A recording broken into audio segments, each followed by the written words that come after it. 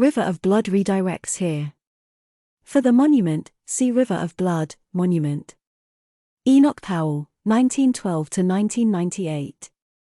The Rivers of Blood speech was made by British Member of Parliament, MP, Enoch Powell on the 20th of April 1968, to a meeting of the Conservative Political Centre in Birmingham, United Kingdom. His speech strongly criticised mass immigration, especially Commonwealth immigration to the United Kingdom and the proposed Race Relations Bill. It became known as the Rivers of Blood speech, although Powell always referred to it as the Birmingham speech. The expression Rivers of Blood did not appear in the speech but is an allusion to a line from Virgil's Aeneid which he quoted, "As I look ahead, I am filled with foreboding, like the Roman, I seem to see the river Tiber foaming with much blood." 1. The speech caused a political storm, making Powell one of the most talked about and divisive politicians in the country, and leading to his controversial dismissal from the shadow cabinet by Conservative Party leader Edward Heath. 2. According to most accounts, the popularity of Powell's perspective on immigration may have been a decisive factor in the Conservatives' surprise victory in the 1970 general election, and he became one of the most persistent opponents of the subsequent Heath government. 2. 3. Contents. 1. Background.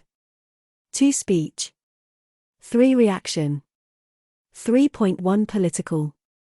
3.2 Powell's reflection on the speech. 3.3 Cultural. 4. Identity of the woman mentioned in the speech. 5. Support for the speech.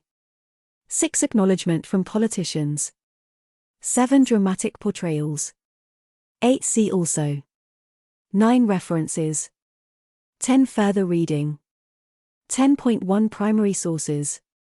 11. External links. Background. Powell, the Conservative MP for Wolverhampton South West and Shadow Secretary of State for Defence, was addressing the general meeting of the West Midlands Area Conservative Political Centre.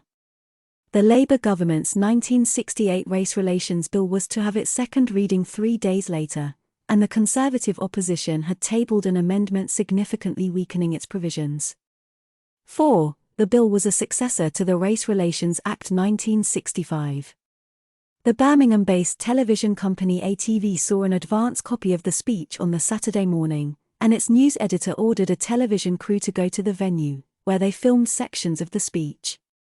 Earlier in the week, Powell had said to his friend Clement Clem Jones, a journalist and then editor at the Wolverhampton Express and Star, "I'm going to make a speech at the weekend and it's going to go up fizz like a rocket, but whereas all rockets fall to the earth, this one is going to stay up." 5. In preparing his speech, Powell had applied Clem Jones's advice that to make hard-hitting political speeches and short-circuit interference from his party organisation, his best timing was on Saturday afternoons, after delivering embargoed copies the previous Thursday or Friday to selected editors and political journalists of Sunday newspapers.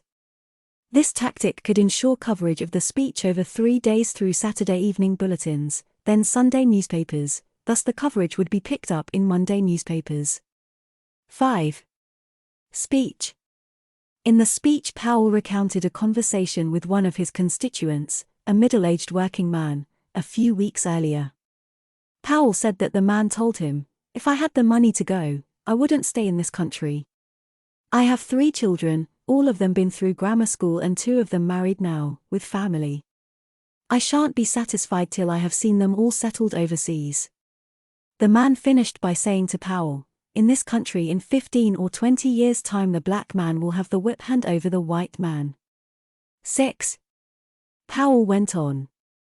"Here is a decent, ordinary fellow Englishman, who in broad daylight in my own town says to me, his Member of Parliament, that the country will not be worth living in for his children. I simply do not have the right to shrug my shoulders and think about something else. What he is saying, thousands and hundreds of thousands are saying and thinking, not throughout Great Britain, perhaps, but in the areas that are already undergoing the total transformation to which there is no parallel in 1,000 years of English history. We must be mad, literally mad, as a nation to be permitting the annual inflow of some 50,000 dependents, who are for the most part the material of the future growth of the immigrant-descended population. It is like watching a nation busily engaged in heaping up its own funeral pyre. So insane are we that we actually permit unmarried persons to immigrate for the purpose of founding a family with spouses and fiancés whom they have never seen.